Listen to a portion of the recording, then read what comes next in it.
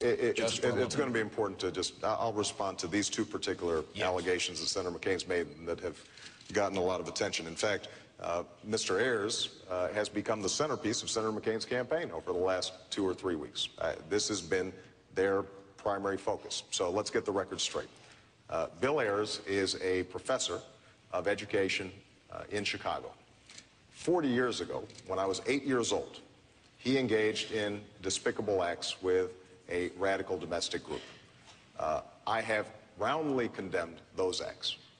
10 years ago, he served and I served on a school board that was funded by one of Ronald Reagan's former ambassadors and close friends, Mr. Annenberg.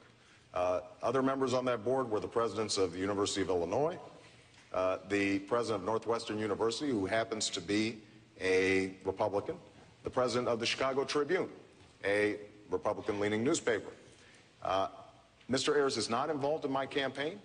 He has never been involved in this campaign, and he will not advise me in the White House. So that's Mr. Ayers. Now, with respect to Acorn, Acorn is a community organization.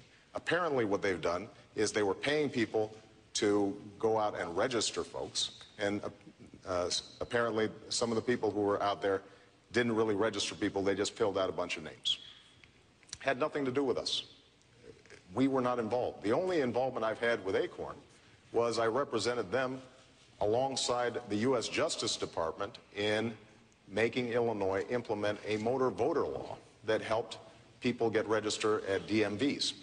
Now, the reason I think that it's important to just get these facts out is because the allegation that Senator McCain's continually made is that somehow my associations are troubling. Let me tell you who I associate with. On economic policy, I associate with Warren Buffett and former Fed Chairman Paul Volcker. If I'm interested in figuring out my foreign policy, I associate myself with my running mate Joe Biden or with Dick Lugar, the Republican ranking member on the Senate Foreign Relations Committee, or General Jim Jones, the former Supreme Allied Commander of NATO. Those are the people, Democrats and Republicans, who have shaped my ideas and who will be surrounding me in the White House. And I think the fact that this has become such an important part of your campaign, Senator McCain, says more about your campaign than it says about me.